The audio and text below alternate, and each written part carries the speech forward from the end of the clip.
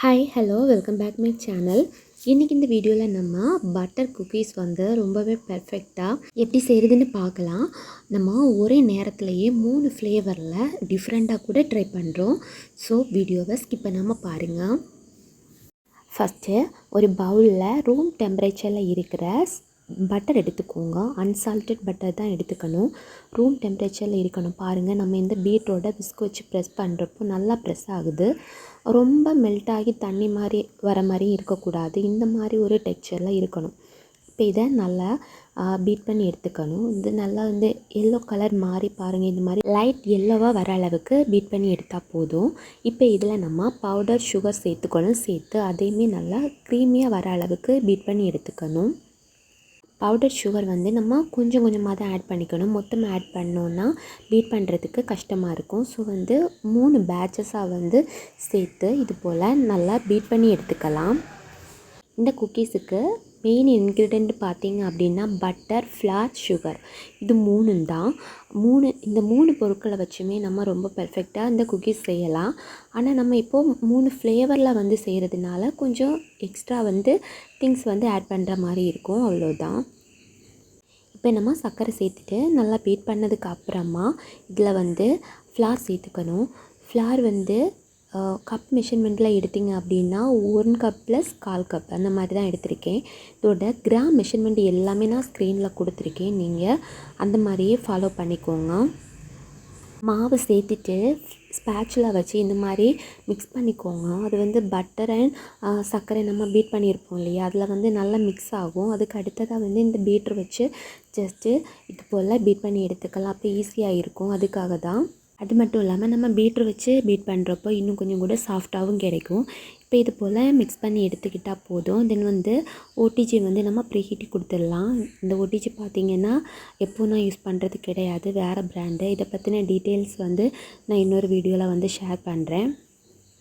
இப்போ நம்ம 10 நிமிஷத்துக்கு 180 டிகிரியில் டாப் அண்ட் பாட்டம் ராடு ரெண்டுமே ஆனில் இருக்கிற மாதிரி ப்ரீஹீட்டிங் கொடுத்துக்கணும். கொடுத்ததுக்கப்புறமா நம்ம பீட் பண்ணி வச்சுருந்தோம்ல அந்த ஃப்ளாரை இந்த மாதிரி நம்ம கையால் நல்லா பிசைஞ்சு எடுத்துக்கணும். நான் வீட் ஃப்ளார் தான் சேர்த்துருக்கேன். நீங்கள் மைதா மாவு சேர்த்திங்க அப்படின்னா இன்னுமே கொஞ்சம் கூட நமக்கு ஃப்ளெக்சிபிளாக இருக்கும். இதில் கொஞ்சம் க்ளூட்டன் கம்மியாக இருக்கும் இல்லையா, ஸோ இந்த மாதிரி ஒரு டெக்ஸ்சரில் தான் இருக்கும். பட் நமக்கு ஓகே தான். கையால் அழுத்தி பிடிக்கிறப்போ ஃபோல்ட் ஆகணும், அவ்வளோதான். அப்போ சரியாக தான் இருக்கும். இப்போ இதை நான் 3 பேட்சஸாக பிரித்து எடுத்திருக்கேன். ஒரு பேட்சில் பார்த்திங்கன்னா கொஞ்சமாக கொக்கோ பவுடர் சேர்த்துருக்கேன். தென் இன்னொன்றில் பார்த்திங்கன்னா பிஸ்தாவை பொடி பண்ணி போட்டுட்டு அதோட எமுல்ஷனும் சேர்த்துருக்கேன். அப்புறமா கொஞ்சம் எல்லோ கலரில் நமக்கு ஃபுட் பவுடர் கலர் இருக்கும் இல்லையா, அதில் தண்ணி விட்டு கரைச்சி சேர்க்கணும். நம்ம லிக்விட் கலர் சேர்க்கக்கூடாது குக்கீஸ்க்கு. இப்போது இதை கொக்கோ பவுடர் சேர்த்ததுலேயுமே கொஞ்சமாக தண்ணி, ரூம் டெம்பரேச்சரில் இருக்கும் இல்லையா தண்ணி, அந்த தண்ணி விட்டு நமக்கு எந்த அளவுக்கு ஃப்ளெக்சிபிளாக கிடைக்குதோ அந்த அளவுக்கு கொஞ்சமாக சேர்த்து அதை நல்லா மிக்ஸ் பண்ணி எடுத்துக்கணும். அதாவது நம்ம பால் ஷேப்புக்கு பிடிச்சோம் அப்படின்னா அது மெல்ட் ஆகக்கூடாது, அந்த அளவுக்கு லூஸாக வரக்கூடாது. அதே அளவுக்கு நம்ம எந்த மாதிரி ஷேப் பிடிக்கிறோமோ அப்படியே இருக்கணும். அந்த மாதிரி டெக்ஸ்சரில் நம்ம ரெடி பண்ணி எடுக்கணும். இப்போ நான் இதுக்கு உள்ளாடி கொஞ்சமாக சாக்லேட்டு ஃபில்லிங்ஸாக வச்சுருக்கேன். இது ஆப்ஷனல் தான், நீங்கள் வேணும்னா வச்சா போதும். நான் சும்மா தான் கொஞ்சம் டிஃப்ரெண்ட்டாக ட்ரை பண்ணலாமே அந்த மாதிரி தான் நான் வச்சுருக்கேன். இப்போ இதில் 5 பீசஸ் கிடச்சிருந்தது. அடுத்ததில் பார்த்திங்கன்னா அதில் நான் கொஞ்சமாக பிஸ்தா பொடி பண்ணி போட்டிருந்தேன் இல்லையா, அது கூடவே பிஸ்தா எமுல்ஷன் சேர்த்து அதையுமே மிக்ஸ் பண்ணி எடுத்தாச்சு. அதுலேயும் கொஞ்சமாக தண்ணி சேர்த்து தான் மிக்ஸ் பண்ணி எடுத்தேன். இப்போ அதையுமே ஷேப்பாக பிடிச்சதுக்கப்புறமா இதில் மேலே கொஞ்சம் எமுல்ஷன் சேர்க்கும் போது நமக்கு கலர் அண்ட் ஃப்ளேவர் கிடைக்கும். உங்ககிட்ட எமுல்ஷன் இல்லைன்னா க்ரீன் கலரில் பவுடர் கலர் இருக்கும் இல்லையா, அதை தண்ணியில் கரைச்சி சேர்த்துக்கோங்க. ஜெல் கலர் சேர்க்காதீங்க. ஜெல் கலர் இதில் சேர்த்தோம் அப்படின்னா சரியாக வராது. லாஸ்ட் பேட்சில் நம்ம பவுடர் கலரை மிக்ஸ் பண்ணி வச்சுருப்போம் இல்லையா, அதை கொஞ்சம் கொஞ்சமாக விட்டு அதையுமே நல்லா மிக்ஸ் பண்ணி எடுத்துக்கலாம். நான் கொஞ்சம் பெரிய சைஸாக செஞ்சுருந்தனால தான் இது 15 பீசஸாக இருக்குது. இதுவே குட்டியாக செஞ்சோம் அப்படின்னா இன்னுமே நிறையவே கிடைக்கும். இப்போ ஃபைனலாக இதில் லைட்டாக இந்த விரலால் ப்ரெஸ் பண்ணி சின்னதாக ஒரு ஹோல் மாதிரி போட்டு எடுத்துக்கிட்டேன். இதில் ஜாம் வச்சுட்டு பேக் பண்ணுறதா தான் இந்த மாதிரி பிளான் பண்ணி பண்ணது. ஆனால் லாஸ்ட்டில் என்ன ஆச்சுன்னா ஜாம் வைக்காமலே நான் அவனில் தூக்கி வச்சுட்டேன். இப்போ நமக்கு ஒரே மாவுலேயே 3 வகையான குக்கீஸ் ரெடி ஆகிடுச்சு. இதே போல் உங்கள் விருப்பத்துக்கு என்ன ஃப்ளேவரில் வேணும்னாலும் நீங்கள் செய்யலாம். ஓகேவா? இப்போ வந்து இதை வந்து நம்ம ஒட்டிஜில் வச்சுட்டு 170 டிகிரி டெம்பரேச்சரில் same top and bottom rod ஆனில் வச்சு தான் பேக் பண்ணணும். இதோட பேக்கிங் டைம் பார்த்திங்கன்னா வேரியேஷன் ஆகும் அதோட சைஸை பொறுத்து.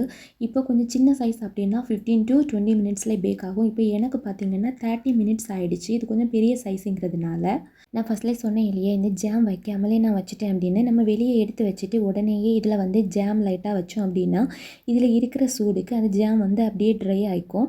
இதுக்கு பேர் ஜாம் அண்ட் குக்கீஸ்ன்னு சொல்லுவாங்க.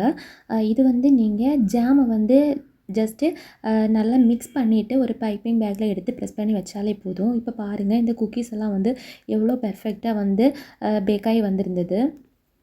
உள்ளாடி சாக்லேட் வச்சு அந்த குக்கீஸ் பார்த்திங்கன்னா அப்படியே மெல்ட் ஆகி வரும்னு தான் நினச்சேன். ஆனால் அது மெல்ட் ஆகி இருந்தது. ரொம்ப அப்படி வடிஞ்சு வர அளவுக்கு இல்லை. ஏன்னா நம்ம கம்மியாக தானே வச்சுருக்கோம், அதனால தான். இதுவே பெரிய பீஸாக வச்சுருந்தோம் அப்படின்னா நல்லாவே நமக்கு லாவா மாதிரி மெல்ட் ஆகி வந்திருக்கும்.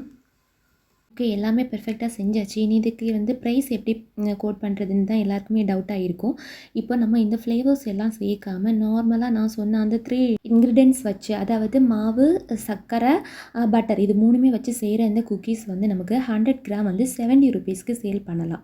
ஓகேவா?